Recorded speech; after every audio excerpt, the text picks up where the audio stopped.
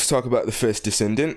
Short answer, it's trash. Dog water, buns, like a white girl that just started going to the gym because she saw the fitness people on Instagram.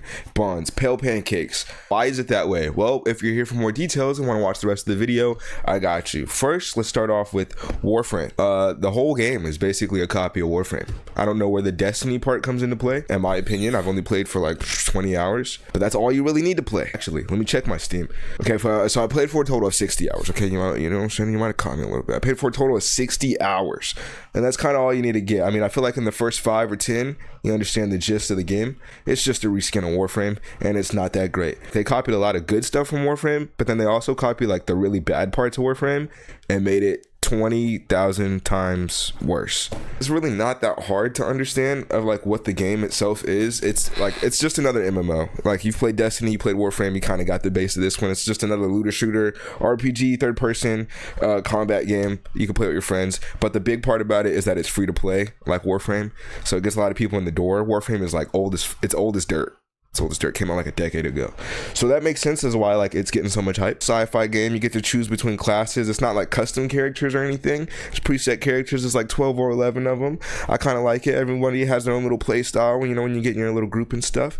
I'm not mad at it, and it's an open world ish kind of type environment. You can kind of do whatever you want. Let's talk about the goods about it. The good, I would say, is like the gameplay.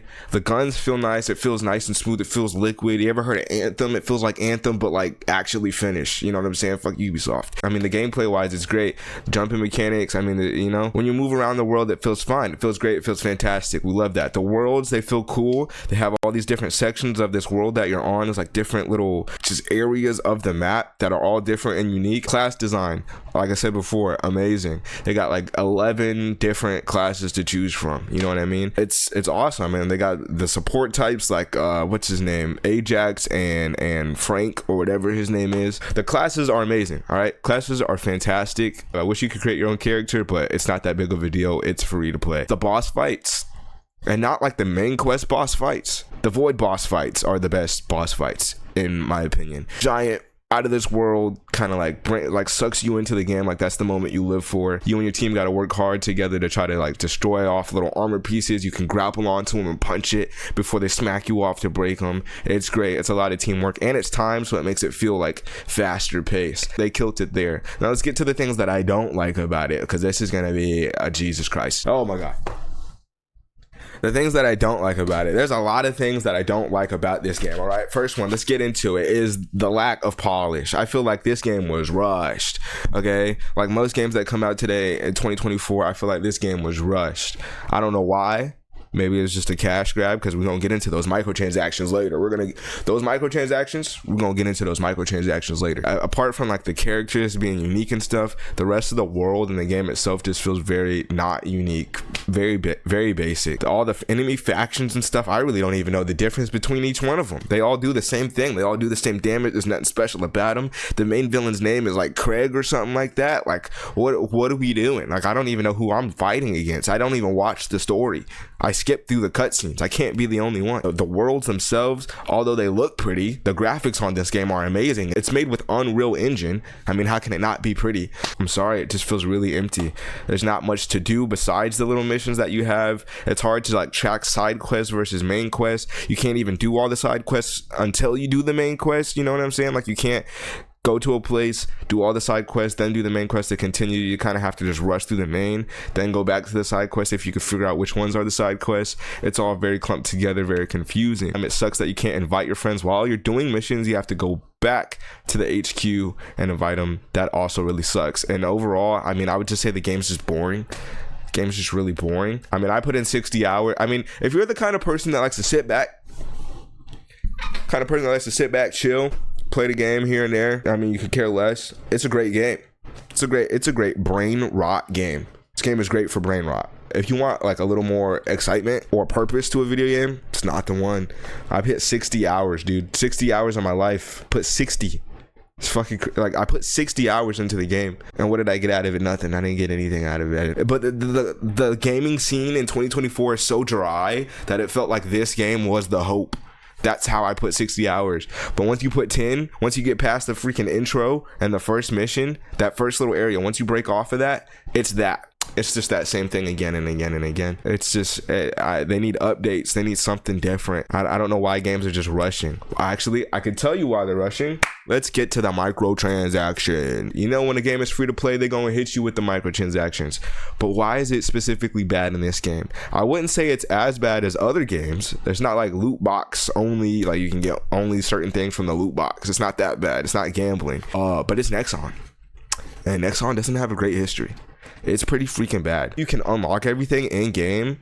The chances of you doing that is like net zero, right? So the void missions, you have to like have a little item first that lets you have a chance to get the items that you want from completing the void intercept thing. And the chances of that is like 30%, 3%. Like, it's basically never gonna. I've played like the same one like 15 times and never got anything. So it's basically like a false hope, and they obviously just want you to buy it. And when you go to the store to buy the character you want, their credit system is bad on purpose. Plenty of games do this. Call of Duty does it. It's bad on purpose. So let's just say you want to pick Glay. That's the character you want to get. That's the character I want to get. I still haven't got her. You want Glay, right? You go to buy her. She's worth 500 coins. You go to the marketplace to go buy coins with your real monies, with your little credit cards and stuff, but you can only buy it in pairs of 2.